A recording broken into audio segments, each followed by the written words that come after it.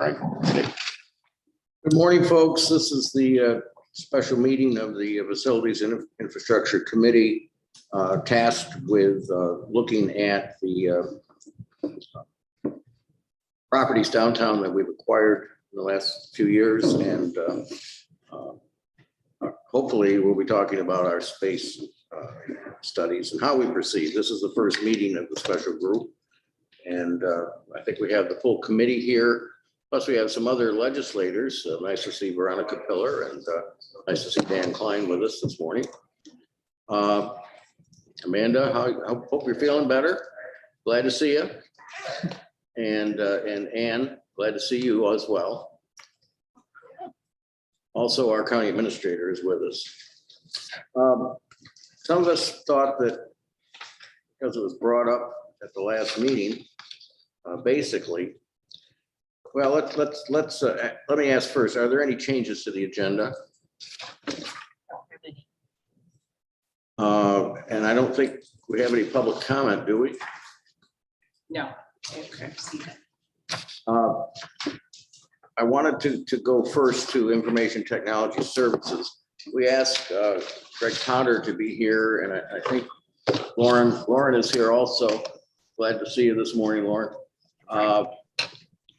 And where this fits in is we want to get an early understanding of what might be required if we were to take down Building C, which has been talked about in some of the space studies over the years. And of course, that is the home of our information technology department and a lot of important technology equipment. And so we thought we would ask IT to come in this morning and talk to us about that issue so that we have it as background as we move forward with different kinds of decisions that we're going to have to be making.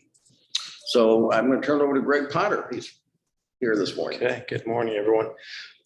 So there's a few points that Lauren and I will cover this morning, but the first and most critical one is understanding that the core data center for the county is located in that building. So we have two data centers, one downtown at that location and one uptown at the emergency response department. So whatever we do for Annex C is going to be critical for IT support in the future. The intent in the previous conversations with facilities is that Annex C would remain intact until the new building is completed and we relocate to a new data center in that building. We have a requirement to terminate all of the incoming fiber and telecommunication lines from that location to the new location. And it's going to take some time to systematically plan and move into the new location. If Annex C were to be demolished in advance of the completion of that space, then we'd have to move twice, which is impossible. So we could never begin to coordinate that because that involves all of our vendors as well to make that happen. So please keep in mind that becomes really important for us, and we can plan for the relocation to the new building if that's where we end up, but we can't do it twice. That's what I was telling Randy and thinking early on. And I think that's just a major point going into this to keep in mind that whatever footprint you make for the new building, it's going to exclude that Building C space. Let's let Greg and Lauren finish their presentation, and then we'll open up for all kinds of questions. So if it needs to include the footprint for whatever reason in the future, once we go through the design and it becomes critical, then we're going to have to reconsider where ITS ends up in the long run. Because we cannot, move temporarily and then move again into a new building. We prefer, and I think the better approach for the county is that if that area becomes critical for the footprint of the new building, then we'd have to relocate to an entirely new location based on the circumstances of what's available. And that would have to be, well, not necessarily the office. So there's a distinction between the office, ITS employees and what we do versus the data center. So the data center would have to go someplace else. and it would have to be in a downtown location separate from the uptown location with as much distance between the two as we can, afford during the process, because where we're heading with our data centers is a complete redundancy replication between the two data centers. In addition, the recent expansion of the county's network now includes the new backup center and East Hill Plaza with Cornell. So Cornell will be expanding their network into the downtown data center within the next couple of weeks. So they're aware that we're likely to move in the future, and as part of that project in the next couple of years, let's say, or whatever it might be. So that discussion has happened, but we're going to end up, in theory, with a third data center, which has to be considered. So it's going to be much smaller, but it's going to be integrated with the two data centers that we have now.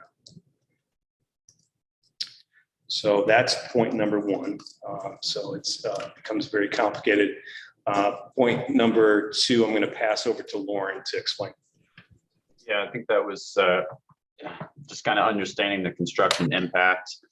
And I think that leads into what we were just talking about. I'm a little concerned, or maybe more than a little. Obviously, if we're digging and the building C is moving around, and we have every single downtown building connected via fiber to building C. So just a bit worried about the construction itself of the new building, the shaking of the existing Annex C or building C. We have a core, well, that's our third point. I won't steal that yet. So I guess just understanding, and as we involve, I don't know if there's going to have to be digging, if we, cranes, those kind of things. We've got aerial fiber coming in, so we'll have to get to all those details. But I think just understanding, I look at what happened at the library, and we could or the old library building, we could feel and hear that, and that's a couple blocks away. So I guess as we get closer, just understanding, what exactly is going to happen at that location. And there's to add on to that, during construction, there's another conduit that runs from the corner of our building where the data center is into the courthouse, which feeds all the connectivity to the old jail and as well as this building. So that all runs underground. So all of our fiber connections and any old copper lines for phones goes from Annex C to the additional 3 buildings. So we have to be careful and map out the utilities and be cautious about that. And that runs on a diagonal across the parking lot. So there's a good chance that area is going to be disrupted, but that fiber could technically be rerouted, during the course of the construction if we need to make that happen. And I think we also wanted to just mention, we do require, special HVAC and the data center, keeping it cool. So again, worry about construction dust. We usually every spring we have a little problem with the cottonwood and getting that cleaned out of our Libra air conditioner. So I can imagine there's probably going to be a little bit of dust and things as we take down buildings. So Right. Something else to be aware of. Yeah, and the air intake for those EC units that feed into our data center are on the roof of Annex C.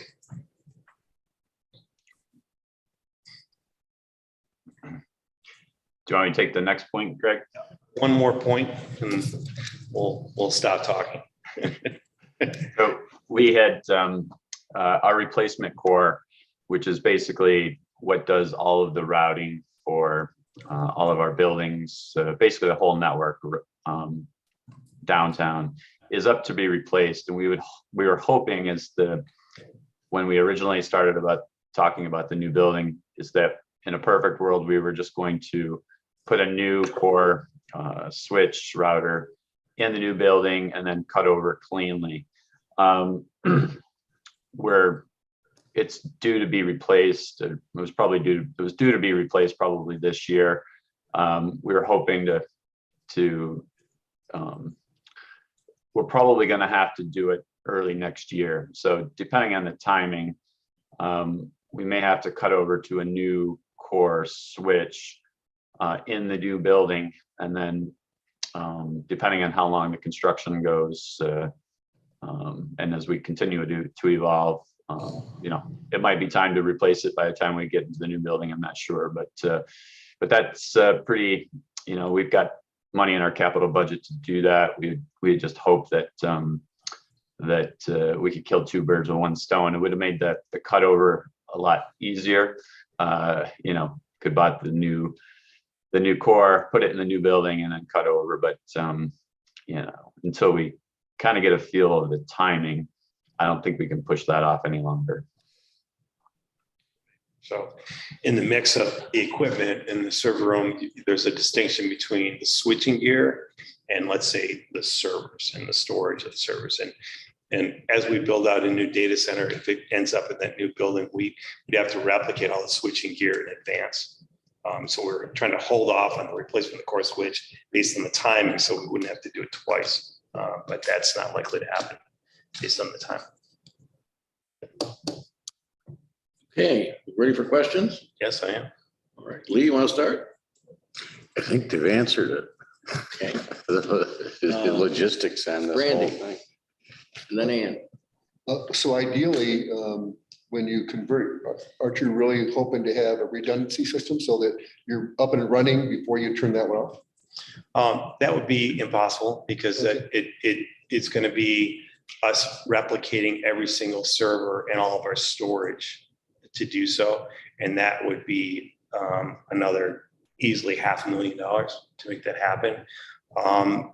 Based on the age of the equipment, it's unlikely that would be the scenario. It's more likely that we would just pick up the server racks and all the storage and the servers and move them to the new location, and attach them to the new routers and switches And that are in that building. basically, the system be ready to be plugged in. Right. We work on the design of that new space with the intent of moving everything to plug it in afterwards or off hours or over a weekend. And so we have some experience in doing this because we moved the data center uptown from public health or the health department building to emergency response to be closer to the dispatchers and the dispatch center. And so we kind of designed the whole uptown data center around that move.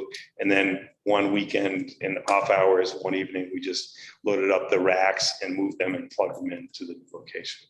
And that would be probably the intent that, or the approach that we take. We would work with our vendors and consultants. We've got two primary ones that need to be involved in the project to really define the process to get us over there and the best method to get us over there. One that manages the servers and the storage, and one that does all the telecommunications and the switches. So there's two primary vendors that we work with in the project. Okay, thanks. Yep. Ann, Thanks for this update and for all this information, Lauren and Greg. So it's if the switching gear, that doesn't need to be replaced every couple of years, correct? Correct. But if you're buying new stuff now, which I would think, I would be in favor of because, we're not sure of the timeline. I mean, it's going to take us a while, but I couldn't imagine it's going to be within the next couple of years. It'll probably be within the next few years, or it might be within the next few years, but not within the next couple of years. And then you'll have your switching gear there. And then you said you can bring everything else over, but you're going to probably need the switching gear installed and ready to plug and play. Is that kind of what you're saying? Yes. Yeah, the existing core switch has to be replaced because it will be out of warranty. So we've been holding off on replacing that as long as we can based on the schedule for the new project, but we won't have a choice to move forward with replacing that. In the future, we'd have to buy a redundant version of that, a new version, and have it configured in the new building before we migrate over there. So we'd have two switches at that level, a new one that's configured for the new space. And new lines or parts thereof, routed, Right. everything ready to go. So you would limit the time that things might be down. Right, we'd have to coordinate with all of our telecommunications providers to install the lines into the new building, primarily fiber optics. And you mentioned about your concern and, with the dust and other smaller debris getting into your system. And so is that something you think is manageable? I don't know if this is micromanaging it, but are there companies that can help with that during, like if we're doing construction, that could come and make sure that putting an extra filter or whatever else around your HVAC system on the roof? I think we'll work with Aral, but facilities has always been great on keeping that clean. And usually we get a little bit of warning if it starts to if the filters get clogged and those kind of things. The Lieber air conditioning unit does have some alerts on it. So in the past, facilities has been good. And we just like you said, may have to have them change the filters a little more often. Okay, so that might be able to be handled in-house. Yep. Okay, and you also mentioned about the vibrations, from the library construction. So do you think that's going to be an intolerable issue with construction right next door? I guess we'll have to see. I mean, I went to mental health a few times while they were doing the construction across the street there, and that was pretty major. So I guess it depends. We're going to be close as far as just across the parking lot. So I think it's just the server, the sand, the core that we have to protect. So I think we'll be okay. But again, these meetings are going to be good to kind of define really what's going to happen. Thank you. And that's going to be kind of based on the construction type of the building. If they're driving piles, then it's a different conversation altogether. But Right. it's a point that Laura and I, in our involvement in the project from the start, which is often the case with facilities, we'll raise it to them right from the start. All right. Thank you. That's all I had. Randy again. So what I'm hearing is you want to move once, right? We I cannot. just want to understand that. Let me put it that way, to make clear. Okay. Yeah. Does the location, could it be anywhere within this block? Could it be on the the property over here on Tioga Street, or is it you want it right here close as you can get it? The location in theory could be anywhere. It could be elsewhere if that's the choice or what comes down to it. As closer is better. Yeah, I think it's convenient for us to be where we are because we're within walking distance of the major core of the county business, right? And that's really helpful, but it's not required. It's not necessary. It's any longer. It would be nice to be in the same building, the office and the data center, but that's not always the case in organizations, but that would be ideal. Would you agree that at best, nothing would really happen for a couple of years, right? As far as construction, it's going to take a long time. I'm guessing, and I'll ask Lisa, but I would think that if we said build a building today, on a capital project like that, you're probably not going to have shovels in the ground for at least a year, I'm guessing, but. We have current lease agreements with the tenants in the right. two buildings that will take us at least 2 years to fulfill. That's right. I'd forgotten that. Yeah. So really 3 years before you Probably. Yeah. Okay. Let's let it see Kind of now. ours. But I thought Randy raised a good point. Would it make sense? I mean, does it have to be in a new building at the corner of Tioga and Buffalo Street? Or would it make sense to build this at a different location so that it's not being interfered with by the eventual construction? Maybe it's something we do first. And you mentioned Tioga Street property, that's a possibility. I'm just wondering whether there are other options that we should be looking at other than it's got to go in the center of government building. And I think we're going to be talking about whether everything needs to go into a center of government building.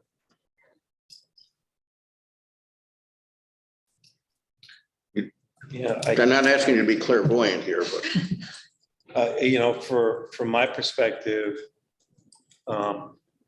it's certainly possible as a scenario to play it out. I mean, if we remove ITS from the equation of the new center, government building and do that in advance, that's certainly one approach. And it's very possible as long as the location that we're talking about is one that can easily be provided for connectivity for the telecommunications companies that we won't have a problem with. And the power is the other source, because you'd have to replicate, you have to have a generator at that building as well. So there's a little more expense than what we're talking about. can I just finish a couple questions? And how married are we to cable?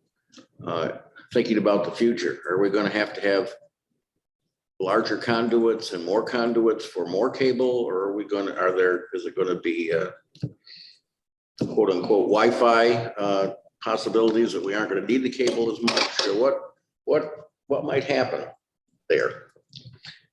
On the internal in the building? No, I'm thinking of going from building to building. Oh, yeah. No, it's going to still be fiber. So if we do relocate to another location, we have to also address the need to connect the data center to the other buildings in this complex and how we get there. And there's two ways of doing it. You can lease the fiber to get back to this location, or you can, if you're in the business of stringing your own fiber and maintaining that fiber, which we're not, then you can do it yourself and lease the whole space from ISIC. And the other question I had was, and maybe, I don't know whether Lisa might know the answer to this, but I understand there are new flood maps out at the city. How do we know yet how they affect our downtown campus? And I wondered about whether we ought to be taking that into consideration here. Now, we have looked through, and the areas that we're talking about right now for center of government are not included in those flood maps. That's good news. Okay, thank you. Who had their hand up? Wanted to go next? Lee, then Amanda. Just a point of establishing some starting points. Does anybody see building C staying there in the long term? Does that come down? Is it a given that IT is going to move somewhere and that building will be retired? And then I think that the next step is, where does IT go that connects into whatever the master plan is? In most of the discussions that we've had over the years, that building goes away, but it doesn't have to, I suppose. It's not in great shape to begin with, and I would assume if you even considered that, you'd be looking at major renovations to it to accommodate what the future might look like. It's an old building. You've got a lot of stuff jammed in there. Granted, it's getting smaller all the time, but Yeah, I haven't the given connectivity is your. Yeah, I haven't given that much thought, but it is another idea or a scenario that could be played out if NXT stays intact and ITS doesn't move in this project, and and it's something entirely different. That for us would probably be the easiest thing to do. I do like the idea of getting off the ground level. Right now, we brought up flooding, which does concern me a little bit. We've had some I won't say close calls, but when our parking lot was having issues and we get hard rains, our servers are not that far off the ground. I mean, we have them up high in the racks, but if we could get at least on the second floor of, if we end up moving to the center of government building, that would be ideal. Amanda? Yeah, thanks. Yeah, I think just to answer Lee's question, I think when people were getting really excited about this idea and buying this property, the idea was that we would have a huge parcel, including building C, to make a very large building. So that certainly doesn't have to happen, but I think that's partly why people were so excited about this. But my question was, how much square footage do you need for, not for your office, but for the data center and the servers? I don't have an exact answer for you right now. I know, I can tell you right now that we went through a phase where we had to expand the size of the server room, but it's shrunk considerably recently with the new technology and the smaller devices that we have. So we'd have to run some calculations during the design process with our vendors to identify that. But Lauren, any guess on square footage?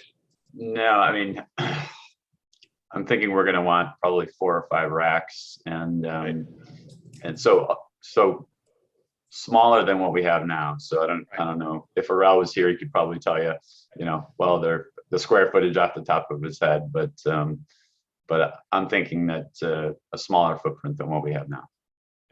So I guess just for like those of us who haven't been in there and for reference, like, would it fit on one floor of the old jail building, or bigger than that, or smaller than that? Oh, it's smaller than that. Okay. It's the chair's office there in the legislature. It's about that size. Okay. All right, great. Thank you. How much square footage do you have now for your whole department? I don't have an answer for you on that one. We're short on square footage. We're short on the whole office. I've been in there, it's tight. Yeah, it's really tight. Yeah. Besides your equipment, you have offices there for your staff, right? Yes. Yep. I had to move into the conference room to accommodate some of our space, and we still didn't have room. So we've been waiting for this project before we do anything significant. Okay, other questions? Or I'm sorry, Lisa's got her hand up. Not as much a question as a comment, that I think it's really great and wise that we are identifying these issues at the start of the process in terms of sequencing decision-making and determining, laying out things that are going to be needed. I was just going to say that we had, I guess, or I had thought in conversations with Arel that making it a prerequisite for design, a consideration for a building that would keep Annex C in place through construction, and then be able to tear it down and leave an open green space in proximity to the Boardman House was one option that in doing so would leave enough of a footprint, enough of a sizable footprint in the remainder of the area to construct the building that we need. But that's probably getting ahead of things. What I would think is that putting these considerations for IT in the space study to look at where options that they may be able to either stay and remain and keep the Annex C until construction is complete, or if that doesn't work, to move the data center to a different location that has the proximity and other factors needed, and so that move can only happen once. So it seems like we can put that intent in the space study as we are deciding where all of the puzzle pieces go. Makes a lot of sense. Ann? Thank you. Just one last thought on this topic was that they mentioned, I can't remember if it's Lauren or Greg had mentioned a generator for backup. And in talking with our planning department as they're working on our resiliency plan, they mentioned redundancy and then redundancy past that. So I think that's really important when we're talking about the backup data plus also the generator. So if you're needing a generator, then to me that makes sense. If we have one, which I'm hoping we do at the new center of government for necessary services such as yours, or if it's in the old jail or somewhere else, but definitely a generator. A standing generator that we don't have to move there, but it's just something that's there. So it just clicks on right away. Yeah, I'd almost add that is another prerequisite for IT moving to a new building. There has to be a generator because that existing generator has really been a lifesaver in many cases for us. I mean, it kicks in and it's worked really well when the power goes out and it keeps us up and running. So without the generator at the new building, we're going to be having major problems. What fuels our generator? Gas. Natural gas. Yep. And also we have a large uninterruptible power supply too. That's the interim between when the power goes out and when the generator kicks in. And that is, I think 15 years, and we have it serviced a couple times a year. And depending on how these conversations go, we may need to do some updates on that. We've done a few over the last couple of years, but I guess what I'm trying to say is we won't be able to take that one with us. It's going to be end of life, or kind of already is, but it's still in pretty good shape and should be able to last until we move. And in addition, I'm sorry, one more point. We've got redundant air conditioning units in this space as well. So we've got the primary one, and then if that fails, which it has, then it cuts over automatically to the secondary one. And that has been another thing that we'd advocate for in the new space. Randy, Actually, Lee was next. I'm sorry, Lee next. Doesn't matter, but to build on that, so the decision on where IT goes is going to have an implication as to a heating and ventilation system in that building. Absolutely. You're talking, whatever building you're in is going to be sized with those mechanics much more than it would be an average building in order to provide you with the cooling for the batteries and everything else. So if you go to another building, which we've talked about, then you're going to be doing modifications to that to accommodate the heating and ventilation versus a new building where it's planned in. We'd have to retrofit an existing building to accommodate those. Yes. And I'll just mention, having us in the Center of Technology for Government building, I think makes a lot of sense for disaster recovery. Just exactly what you're saying, Lee, is that if we build it appropriately, we probably would have our core functions, let's say there's a long power outage or some sort of disaster, having us in the same building as, finance and payroll and all those core functions, I think does make a lot of sense versus if we were in a different building and let's say we have an ice storm and it takes down fiber and so our connectivity back out to the Center for Technology of Government, that wouldn't work so well. So my vote would be to be in the new building with the core functions that the county has to do. Okay, Randy. Has there been a space study on your department in 2019? Now, there's a space study was done. So was it specifically done for your group? We were part of that. I don't know the outcome of that, but we would have been included like the other departments in the downtown complex.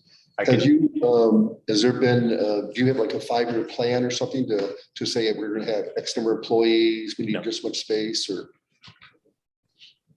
Lauren? I can tell when we did the space study, we went over to the trust company, the new trust company building, and we had all of the departments that were proposed to go into the new building.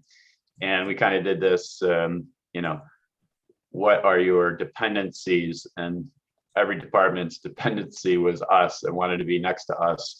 So you can, Jay would remember that because he chaired that meeting, but it was kind of, we were like the popular kids on the block. All right, anything else before we move on? Go ahead, Veronica.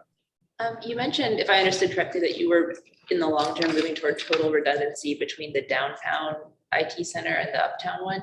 What's the current state of things with regards to redundancy or like splitting of stuff? We're currently working on a project to upgrade or replace our storage area network devices between the two locations. So we're nearly completed with that for the downtown complex. Or the downtown data center. The next move is to do the uptown data center. After that, then we've got the storage space to work on the complete redundancy.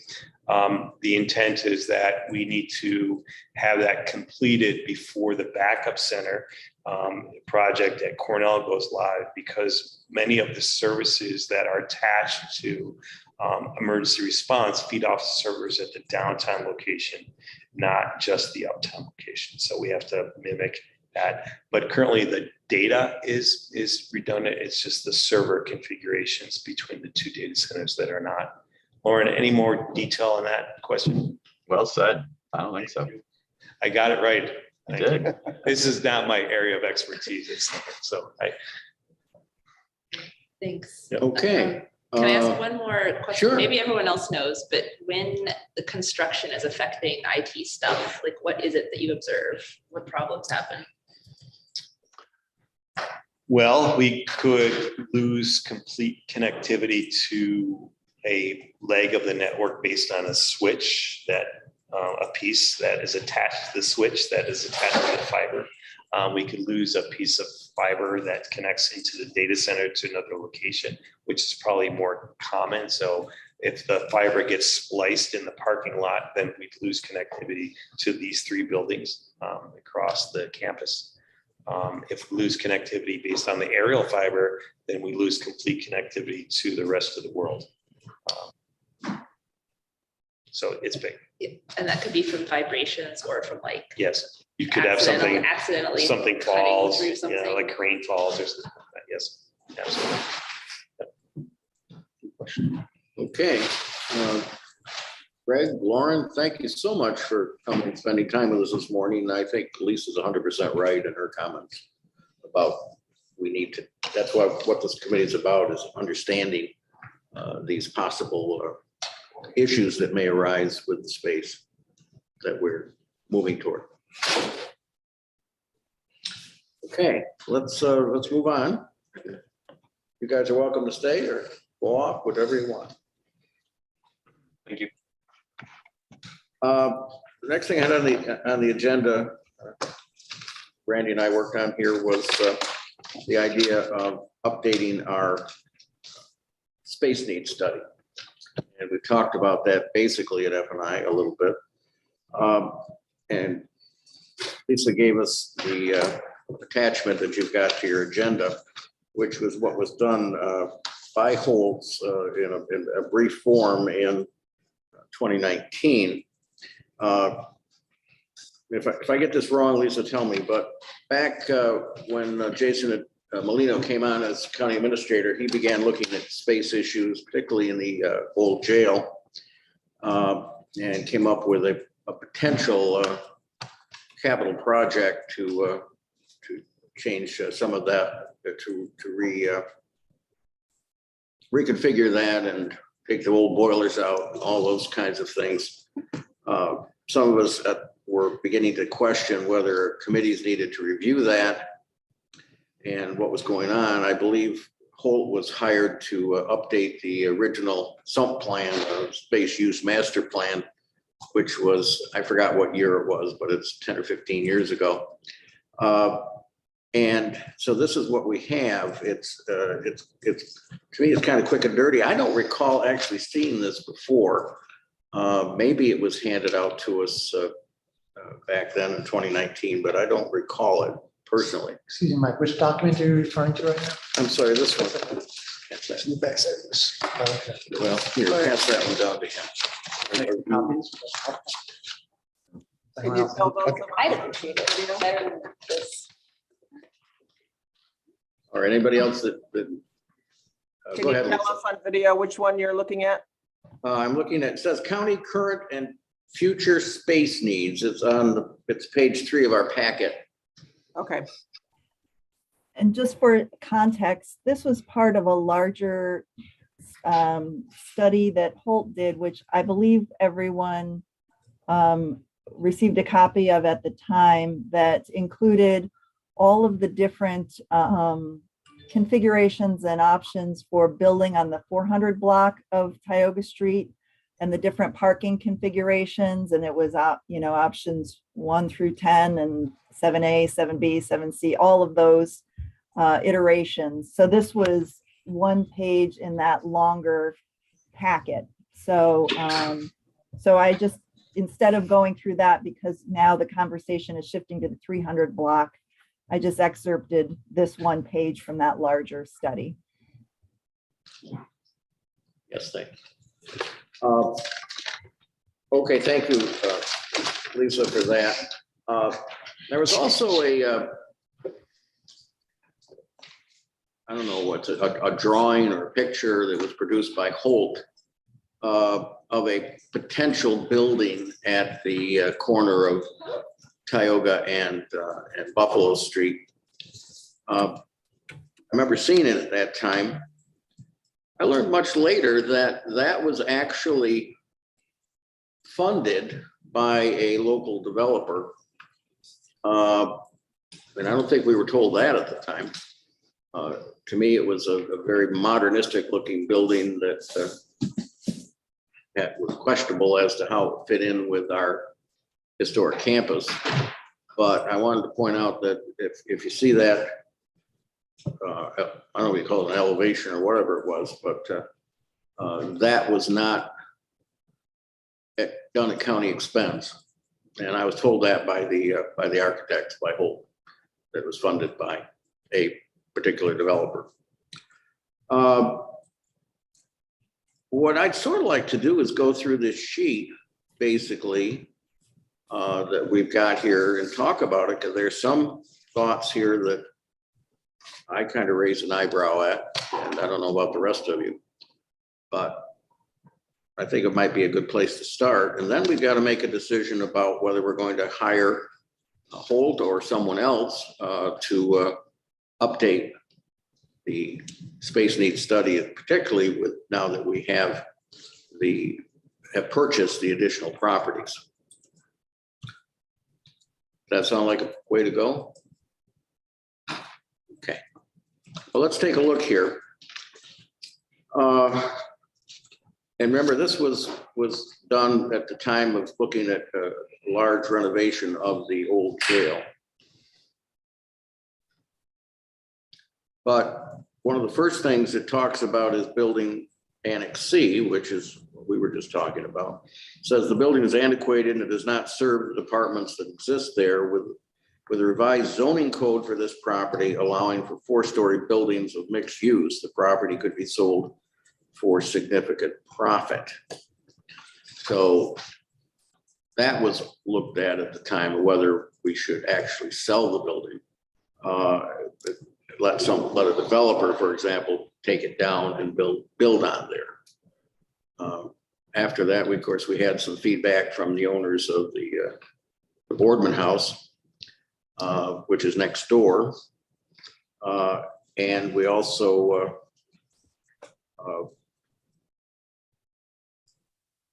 began thinking about, if we did build a bigger building, would we need that space to build on, are there needs for parking there? So any comments anybody wants to add on that? Dan? I mean, it's really interesting to see this. I do remember this from a few years ago. The idea of like buying those 2 buildings and then selling the other one on the other side, I don't even know why that would be on the table, truthfully. I agree.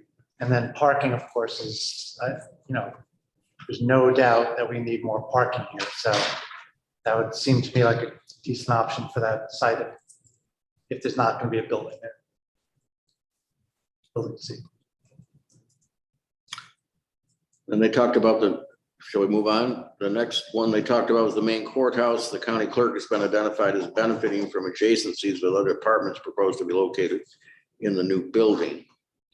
And I would just comment that we do know we've got to eventually move the county clerk out of the main courthouse because the court system wants more space.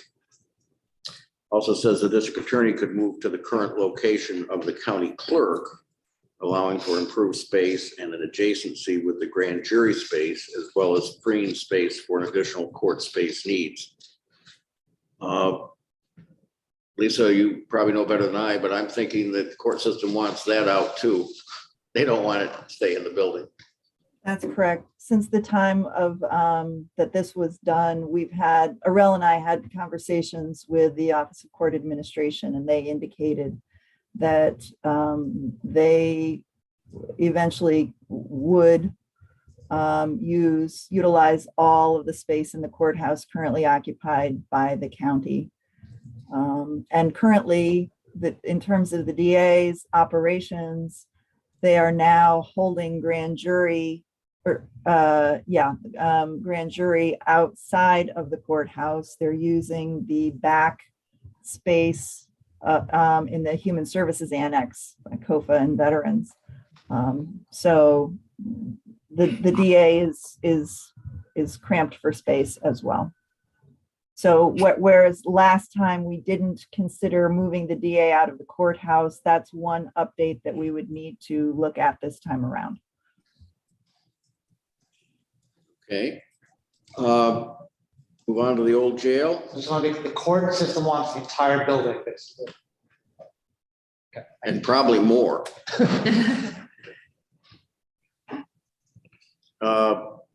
On the old jail, county administration on the third floor is cramped and would benefit from growth on the third floor into the space currently occupied by the county attorney's offices. I don't think there's any question that the administration has been cramped for some time in space.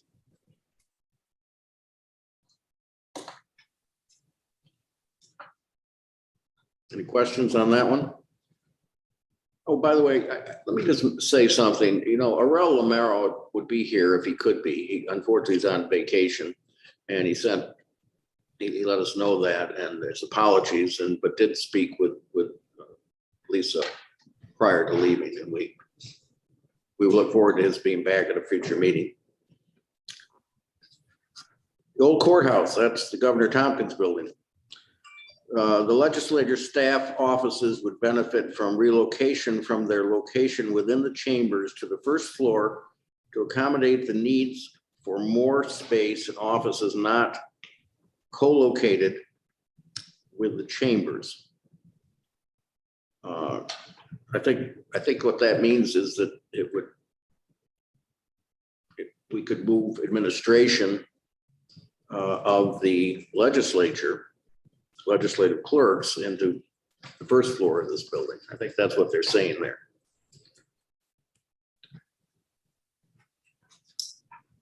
That means we got to do something with planning, obviously. And when we talked about moving planning up to the health department, vacant space up there, it was decided not to do that because they felt the adjacencies downtown were very important. Maybe I think that needs to be reviewed with the extension of the space study too. What happens with planning? Randy. I'd just like to make a comment that both Ann and I were at the redistricting meeting last night, and I think the proposal we're going with is 16 legislatures. So you're going to add 2 spots here. So I thought I'd share that. An even number. Well, that's amazing, but okay. And Ann? Yeah, so it's just something to take into account because at least that's the way that they seem to be winding down and leaning towards the commission or redistricting commission, 16 legislators, they were even considering 17, but they went back. So it seems like for right now, their recommendation, if, and like Randy said, he was there too, they seem like they're narrowing down on which option for the districts of 16 legislators. So that's going to be, if they land on that and we approve that, that's 2 more legislators, more of a need for space for us to actually have legislative meetings, but also more need for us, I know lots of us have said before, it would be really handy if we could have actually places to come and work and meet with constituents, or have other meetings and not interfere with any other meeting that's going on. So that's more of a need if we land on 16. Well, we'll see what happens there. Well, I don't think we need to get into the issues with redistricting at this point, other Just than want to make you aware. space. Like you did. Mike, Yes, kind of in the old courthouse, old jail realm, and again, I'm back to starting points. Obviously, these chambers are going to remain intact, and it's going to form a part of the downtown center of government, I'm assuming. The other part is that I heard the idea floated about the marketability of the old jail. Is that really something that we would consider, or are we going to factor that building in and consider it to be part of the complex in the long term going forward? And that gets back into what offices are appropriate to be in there and to expand in it. Because I can imagine that if you build a new center of government, we're talking about expanding space for county administration on the 3rd floor. But it may make more sense for that to go into this building or the other. So I want to know that the piece of the old jail remains part of the configuration, or it doesn't. well, I think that's all things that we're going to have to talk about and make decisions on. And that's part of our decision-making process that Ann has talked about for us, that we need to have a decision process. To me, we have functioning buildings. This is just my opinion. Functioning buildings down here. Maybe we don't need to build a giant new building. Maybe we can look at something smaller at the corner. If we keep the old jail, if we keep the Governor Tompkins building, for example. Both of which are historic and belong to the county. If you turn them over to developers, heaven knows what happens to them at that point. Lisa. To Lee's point and your point, Mike, about the old jail, and if Arel were here, he could speak with greater detail, but there are some purely functional reasons for keeping the old jail, in that I believe that all of the utilities that originate in the old jail are tied to both the courthouse and the Daniel D. Tompkins building, that make it somewhat essential to keep for that reason. And I'm not sure about historical designation or not, but I've heard tell that it's even if we wanted to or chose to do away with the old jail, it would be much more complicated because of its ties to the other downtown buildings. So that has always been on the table as remaining. Good to know. Thank you for that, Lisa. All right, let's move down to the Human Service Annex. That's the one over on Martin Luther King Street. There's currently 1,400 square feet of vacant space. That's the back. Are we using that now? I know Um, we've had things in there from time to time. We're using it, the DA is using it regularly, once a week for grand jury. And the Office for the Aging and Veterans Services are using it periodically for, I believe, advisory committee meetings and meetings with other, the veterans staff has used it for meetings with clients in the back, with other service providers. So it is being utilized, but most regularly by the DA for grand jury. Dan, go ahead. That just brings up another point to keep in mind is the lack of, the need for conference space, conference room space. I mean, last 2 years, we haven't been doing that and no one knows what we're going to go back to, but it was already a bit of a shortage before, and it sounds like that conference room in the Human Services Annex is being used heavily. Even if we move the Office of Aging out of that building into a center of government building, I'm guessing, and again, Lisa, I would turn to you, but I'm guessing that the social services, human services building itself is tight for space and probably would want to keep that building, that annex, as part of its program in the future. What do you think about that, Lisa? I would need to inquire more with the departments in the Human Services building. I do think that some areas are tighter than others there, but I don't think that they're using the annex regularly for their programming.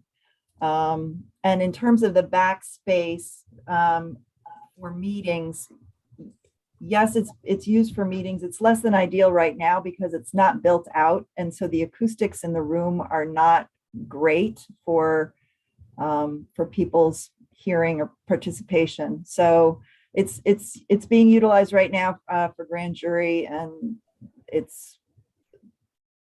they're having it's fitting the need for right now for that space. But agreed that conference room space is needed.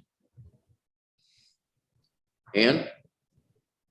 Thanks. I'm hoping that with the departments that share the center of government, there could be some minor efficiencies for conference rooms, shared conference rooms. I know it's not going to,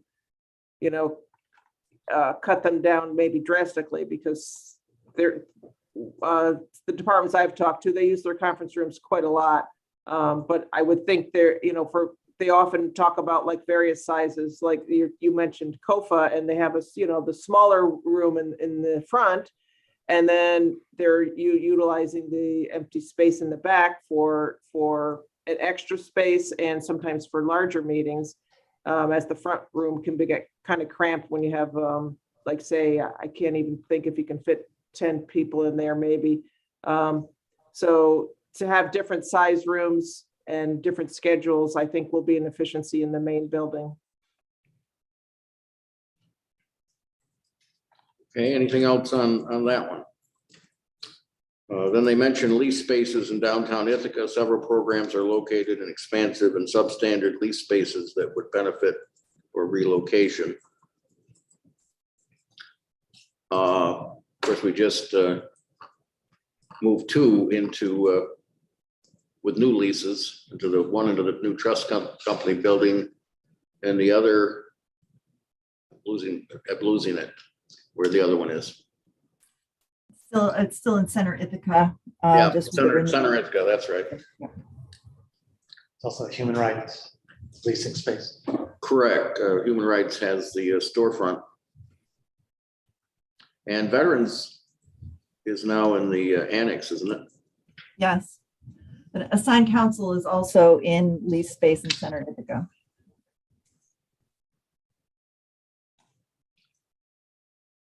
All right, and then moving on with this sheet, they described some scenarios at that time.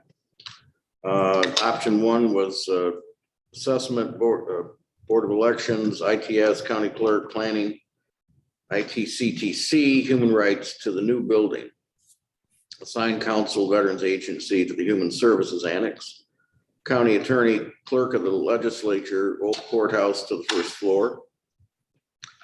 And community conference rooms to basement of old jail or new building. I don't know if we want to talk about these or just kind of go through them. Option 2, it was assessment, Board of Elections, ITS, county clerk, planning, ITCTC to the new building, assign council, veteran service agency to the annex, county attorney, human rights to the second floor of the old jail, finance to old courthouse, first floor, community conference room to basement of old jail or new building. Option 3, assessment, Board of Education, ITS, county clerk, planning, ITCTC, and human rights and finance of the new building. Assign council, veterans agency to the annex, county attorney to the second floor of the old jail, clerk of the legislature to the old courthouse, first floor, community conference rooms to the first floor of the old courthouse. And option 4, all departments to the new building, clerk, assessment, Board of Elections, ITS, finance, human resources, administration, attorney, planning, ITCTC, assigned council, human rights. Clerk of the legislature, community conference rooms to the first floor of the old courthouse, community conference room and veterans agency in the human services annex, Tompkins County Workforce, New York, and old jail. So those are some of the things they looked at, and we've just already talked about a couple of things that are changing. For example, the district attorney's office. So that's got to be thought about. And then the last thing here was the parking study. At that time, there were currently 65 available spots for approximately 110 employees that drive to work. That represents 0.59 parking spaces per FTE. And they had have a table there of parking. Randy. I know we talked about having the space study updated. Yeah, that's what I want to go to next. But I'm not sure we need to do that. And so I guess my point, I'm a little simplistic when I think about those things. And to me, it's really a department knowledge. They know how many people they have, you know, how many people they think they're going to have in 5 years. And for IT, they know what equipment needs they have and room special needs. Why do you have to go through the process of hiring somebody when they're just going to ask the people? I mean, if you look at people and you go, okay, this department has 20 people and they have 10,000 square feet, you know how many square feet they have per person. And then you can measure against other ones that go in. These kids only have 70 square feet per person. These people have 150. You're going to back into it to understand that knowledge. So I just think it's quicker if you have the departments. Yeah, to who's fulfill that. going to assemble all this information for us? That's usually what we do when we hire a consultant to do that. I'm pretty good at Excel. Maybe he doesn't like consultants. I'm pretty good at Excel. I've done these things. I've actually moved IT departments from basement to a fourth floor, so quite a bit different. And back when computers were big, right, compared to what they are. But it just seems simple to me. And I'm simplistic. So. Lisa.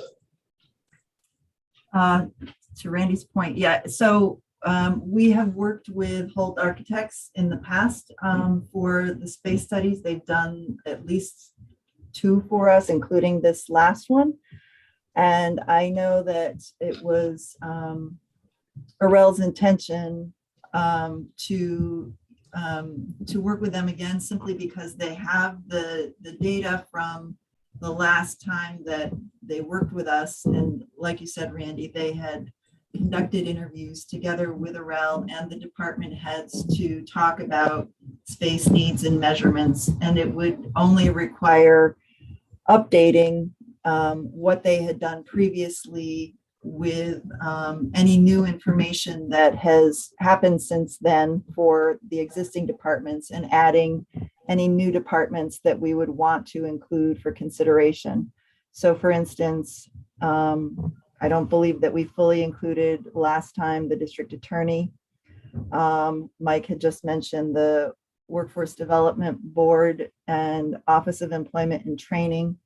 If we include Office of Employment and Training, it also includes Department of Labor because they're mandated to co-locate, as well as a few other departments. So we were thinking that the most expedient route would be for Holt to update the information that they've already provided us with for the committee's consideration.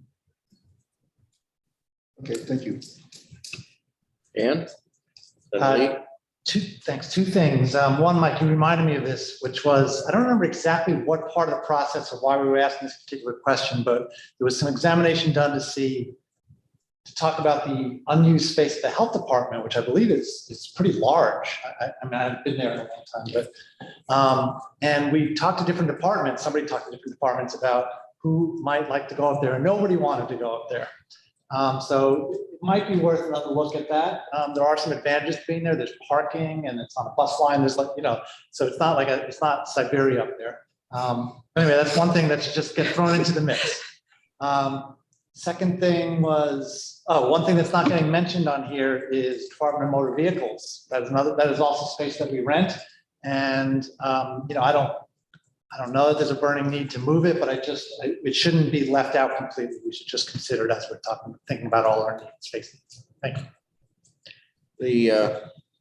The reason there's that space up at Health Department, I don't know what they're doing with it now, Lisa, you may know, but it was because we discontinued the CHA, which was the community health nurse program that we had. And so that left that space. I remember we toured that at one point.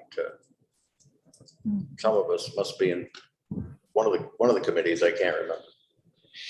So most recently, they've been utilizing it during COVID, and my understanding from Frank, they have the 2 new community health ambassadors that are moving back into that space, and they haven't, as they are merging more fully with mental health, they have outlined the need for those spaces between health and mental health staff. So they have intention of fully utilizing that space. Lee, then Ann? I'm back to the starting points and making some adjustments to move ahead. And I'm back on Dan's point about the Human Services Annex. 1,400 square feet. It's 35 by 40 roughly. It's not a huge amount, but if you take a plan now and plug a couple of people into there, a couple of departments into that building, knowing that other offices in the area are eventually going to want to do expansion or have to do expansion, it doesn't make sense to use that into the space now. Reserve that for future usage or your conferences. Don't put an office in there and know that we may have to move it in 5 years or 10 years and spend the money again and expand somewhere else. If we're going to do this, move them into the project and don't two-step it. I think you got, if you're tight down there and really all you've got is 1,400 square feet for some major departments within a few hundred feet, it doesn't make sense to use that up when you're going to make a large capital investment somewheres for multiple departments. And Thanks. I just wanted to mention on that, the packet page 3 that we're still on. I mean, maybe it's clear to other folks, but that the bottom right where it talks about parking, that's only for the campus right here. Well, right where you guys are. That's not including any other departments anywhere else. That's just that parking lot. The people that are like, so at the courthouse, old jail, building C, and the legislature, if I'm correct. it's just parking for those buildings, Yeah, the downtown campus, I think we're talking about. right? We know we've got issues of space, and this committee is going to be looking at issues with the jail construction, or I should say, public safety building construction. That's in the capital program at this point. So that's another whole matter. But I'd like to, go ahead, Lisa. Oh, sorry, if you were going to move on, I was going to speak to, I had sent the committee some decision-making points for consideration, which could help enable staff, namely myself and Arel, with the decision, enacting any decisions that you make to try to move the process along. So in terms of the space study, I was just wanting to get a clear understanding of what departments we wanted to include in that study, and also confirm that we could continue to engage Holt to update what they already provided us, the data that they have, because I think that is probably the most efficient way forward, because they've worked with us before and they have the information.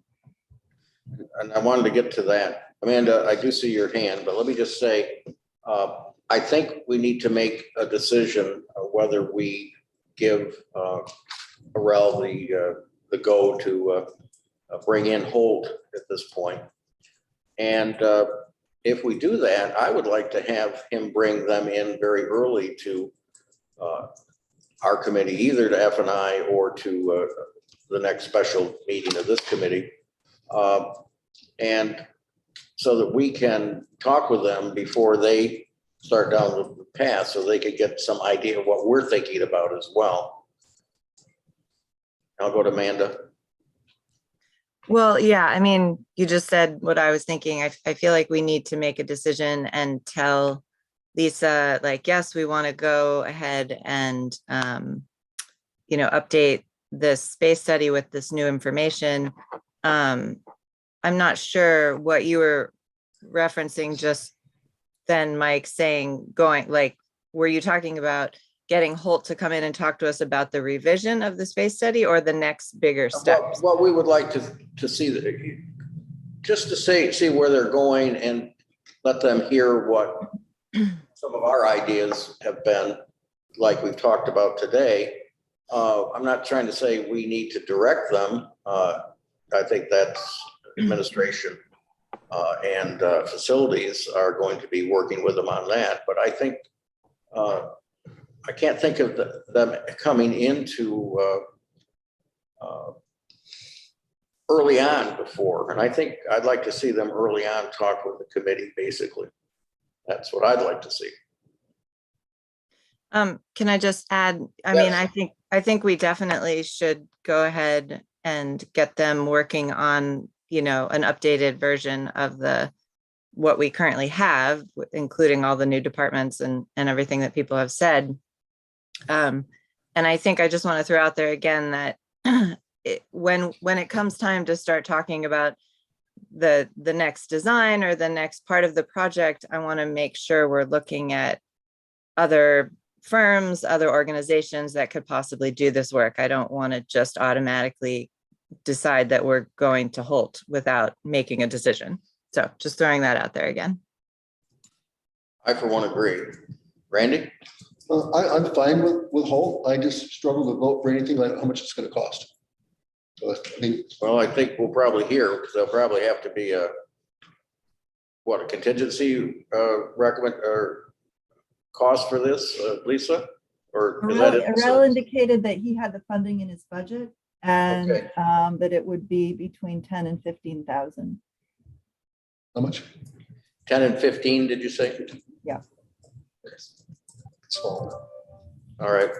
So I take a motion to authorize administration and facilities to move ahead with the update with hold on the on its downtown facilities space study. I see Ann's hand. Is there a second by Amanda? Yep. Discussion on the motion? Then let's vote. Randy, Yes. Ann, Yes, Amanda, Yes. Lee, Yes. and I vote yes. So got that decision made. Okay. Why don't we go next? Lisa, you started talking about this sheet that you gave us. We really appreciate that. About some of the decision things. Would you like to go through that with us? Sure, I'd be happy to. Would it be easiest if I share my screen, or does everyone have it in front of them? However you prefer. I think everyone. Twice. Have you got it? If any public's watching, they don't have it, do they? All right. No, the public doesn't have it. Why don't you go ahead and share your screen? Okay. Amanda and Ann, if you want to say something, holler out. I just want to just say I'm really hoping that we're going to have, I do want to go over this quickly, but I would like to make sure that we have time today's committee to talk about 408 and what to do with the buildings there. Okay, well, I was kind of hoping it'd be an hour and a half meeting, but I think it's going to be a 2-hour meeting. So we got 45 minutes. So let's plan on using about 20 minutes on this. Okay. Well, I can start at the top, because this outlines a decision-making process that includes both parcels, the 300 block and the 400 block, because I think that the decisions can happen in parallel, and some decisions have already been made. So it's just kind of giving us a timeline of, or not a timeline, but a sequence. And this can certainly change, but it was a place to start. So with the 400 block, we've already made the decision to sell off the parcels on 117, 118 Sears Street for affordable housing. We're losing you voice-wise. Oh, okay. Is that better? That's better. Okay. The second item that we can be considering is what to do with the 412, 414. Fading again. I don't know why. I'm not moving, but I will. Oh, you're back. Okay. The basically the dental building, and the committee deciding whether to renovate that or demolish it, and then retain or sell it. And taking into consideration the cost of renovation, whether or not we would anticipate moving there given the restrictions on building and zoning, or given the current state of the building and the cost and the liabilities to the county for keeping it, whether it's a better determination to demolish the building and then eventually to sell. So that would be kind of next in the decision-making tree for the 400 block. After that, determining how to approach the 408 property, the red house, and the decisions around renovating and reusing it either temporarily or permanently, or selling it. Demolish was not in the question. It is a historic building, and the assumption is that we would not be demolishing. And then ultimately, overall, the site on the 400 block, what we intend to do with that, either in the short term, I believe we intend to keep it for construction, staging area for the construction that we will potentially be doing on the 300 block, and also staging as needed as INHS develops on Sears Street for affordable housing. But long term, whether we intend to convert it to for county needs for parking or to sell it, again, those are longer term decisions that we don't need to make now, but they're in the decision tree. On the second parallel path is the 300 block of Tioga Street, which is what we've been discussing. And item number 1, we have purchased the Key Bank building and professional office building.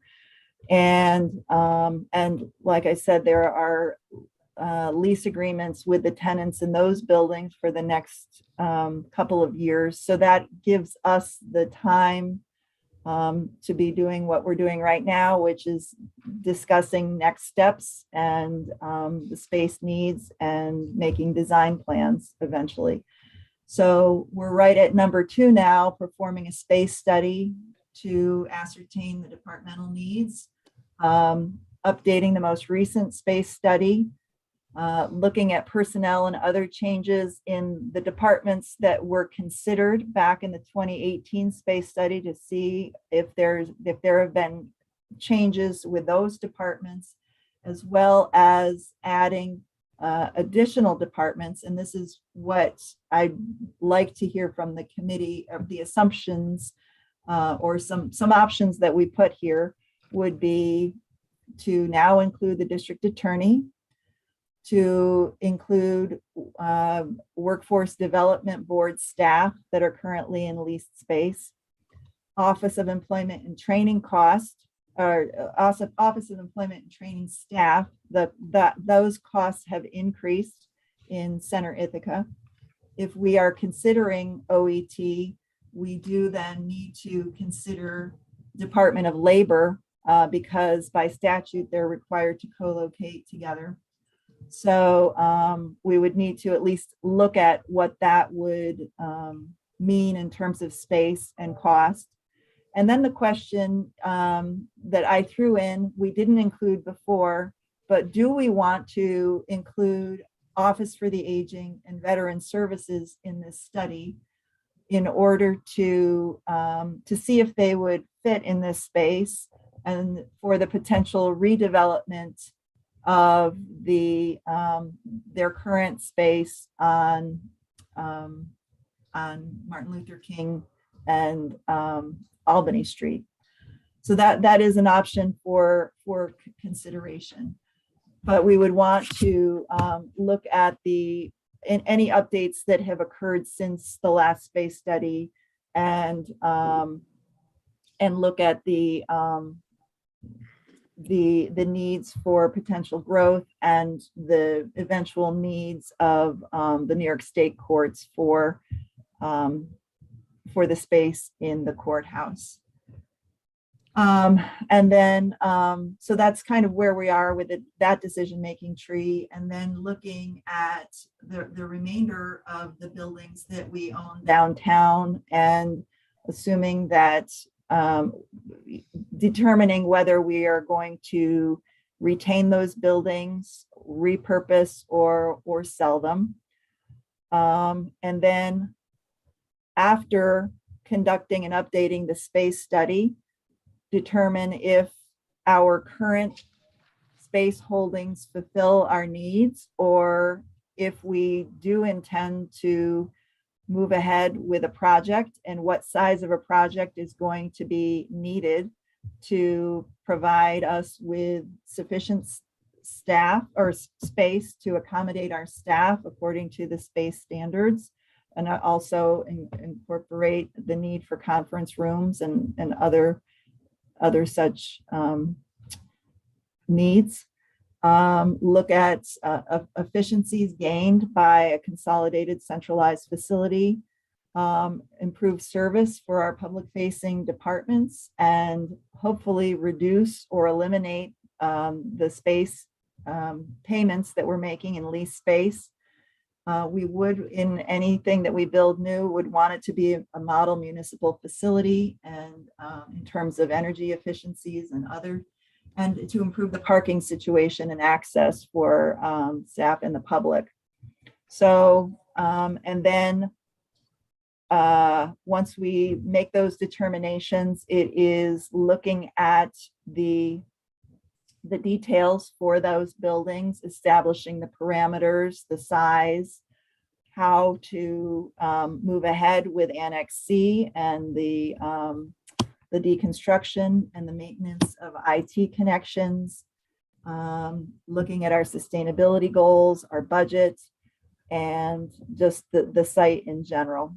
So those were just kind of the decisions necessary in this process. There are probably others, but this gives an idea of the overall sequencing and decisions that we have before us. Well, this is great work, and certainly presenting different options to us is what we'd like to see at the legislature. I was thinking about, as you went along there, the Human Rights Office, which is in storefront, which is problematic in its office space and other things in there. Do we include that here? For example, might that go in the Human Service Annex if we move COFA out, for example, at some point? But we know that in the past, Human Rights has not been happy with that office space, although there seems to be a lot of desire to have a storefront. So that's what I was thinking about. Factor it in. I'm sorry? Factor it in. Yeah. Take a look at the whole thing. And human rights was included in the first round, so they would be included and updated in this round. Good. Ann? Thank you. Lisa, was it you that wrote this all up? This I have to say, I have to give all the credit to Arel, was working on this together with Holt. And they shared it with me, and I made some edits to it. So it's a shared work here. great. This is exactly what I was looking for. So thank you for helping update this. And so one thing that I had was, well, two things. I'd like to add in a tour.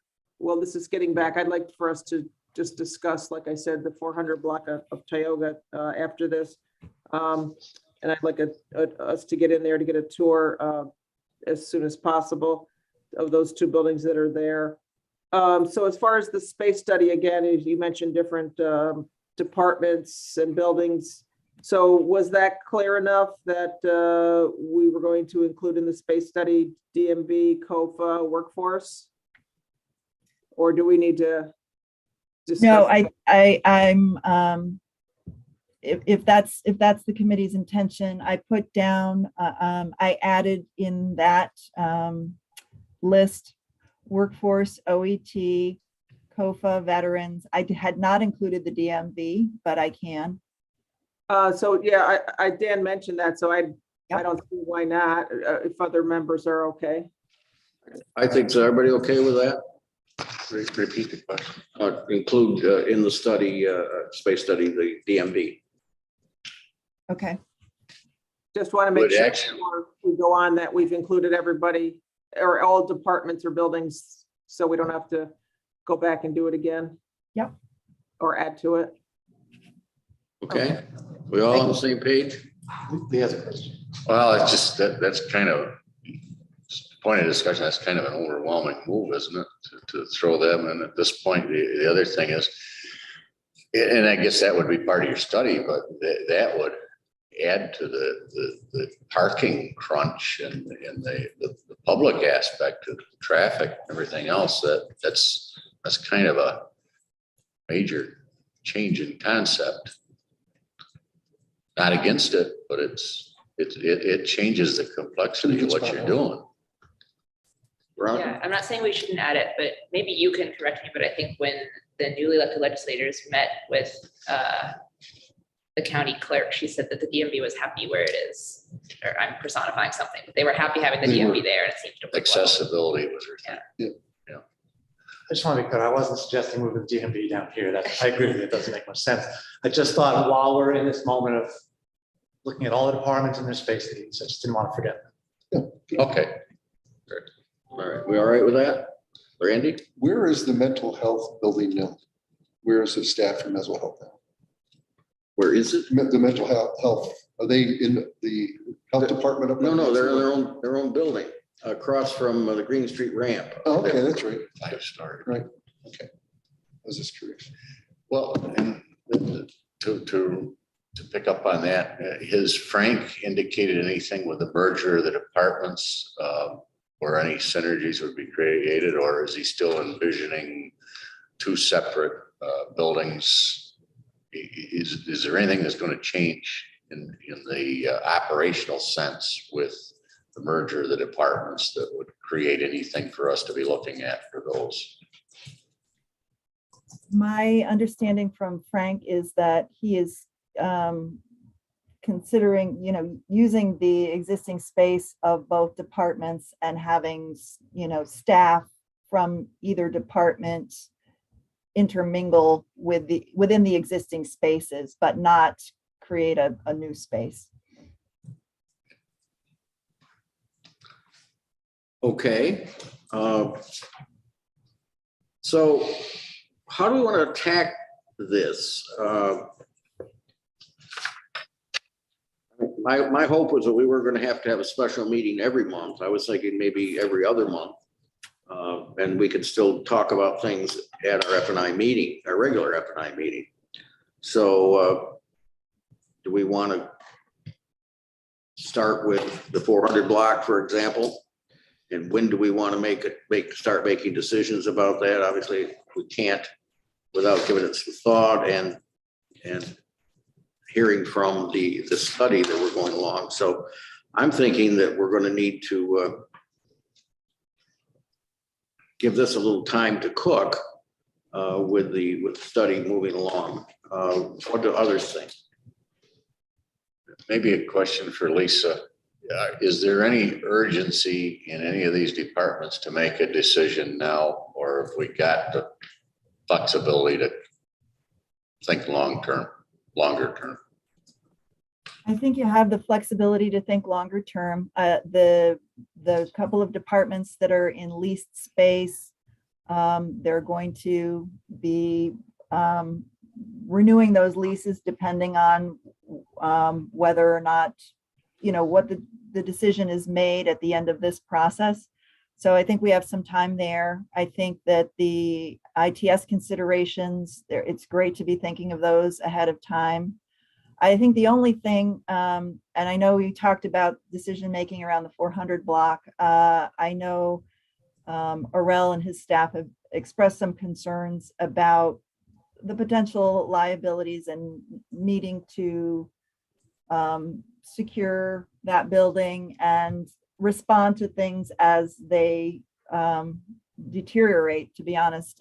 So I think that that's probably, if we are moving ahead with the space study for the 300 block, I think that sets us in a good direction, and we can invite Holt to come in and address the committee in the near future.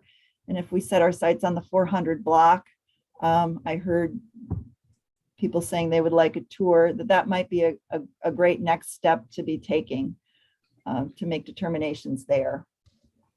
We have a regular F&I meeting coming up, next week? Week after? Next week. And so we can put on the agenda to start talking about or making decisions or where we're going to go with the 400 block. And I'm talking about the two buildings, not the land under them at this point. So, Ann, you wanted to move into this today. Why don't you go ahead?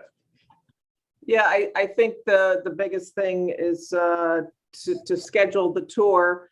Possibly, I don't know when Orel is back and when he's available, but of the two buildings on the 400 block, possibly at the next F&I meeting that we meet in person and we walk over there or we meet over there. I think that will help us, discuss the next steps for those two buildings. I've been in them both, and I think once you see it, you'll be it'll help us a lot make the decisions. Yeah, I've toured too. Randy? My only thought on those two buildings over there was there anything the county could use them for? It doesn't sound like there is, Lisa, would you? There's just nothing you can do with them. So they are a liability, but I think a tour would be a good idea. Dan? A few things. I do hear people disparage or dismiss the dental building. And we just used it for COVID testing for like a year. I mean, it was very useful. It's not garbage. It's not great. But I would be pretty hesitant to just like say we should just get rid of it. Question about the red house. I just want to make sure I'm reading this correctly. There's an estimate of $500,000 to renovate it. Is that accurate? Oh, yeah. Yes. That's very interesting. Okay. Because of the quality of office space that we have to have, it's a huge upgrade Yeah. if we were to keep that building. Okay, very interesting. And then the other thing, it's kind of trivial, but kind of not. Referring to things as the 300 block or the 400 block is hard for me to even know what we're talking about, except that I have the sheet in front of me and I can see what we're talking about. So I'm wondering if we can maybe someday settle on different terms for these, the dental building or the Sears Street is what I usually call it, because that's pretty clear what we're talking about. So it's kind of trivial, but kind of not. I feel the opposite. You like 300 and 400. That means something to you. Well, I live here, I know it. Whereas when you say the old anything, I forget what things used to be because they're not that anymore. Yeah. All right. Including a dental office. Well, I agree that we need to understand this. And if you'd like us to, we can schedule a tour if that works out with Arel at the beginning of our next meeting. Does the group want to do that? Sure. All right, we see it all together at one time. Okay, we'll plan that, Katrina, if we can. All right, what else on this, Ann? I think we had asked Arel also to get us a price on demoing the old dental building on the 300 block, I'll call it. I think he'd been doing that, hadn't he, Lisa? Yeah, I don't have a cost, but I can ask him to hopefully have one by the next time we meet. Amanda? Okay, old hand then. All right, do we want to delve into any of this anymore this morning? I think we got an awful lot to think about here. I think it's been a useful discussion. And I appreciate all your time this morning for a special meeting. Why don't we plan to close this up, and we'll be meeting again next week and we'll talk some more then. Okay, thank you all. Thank you. Thanks, Lisa, Thank for you. being here. Thanks, Lisa. Thanks, everyone.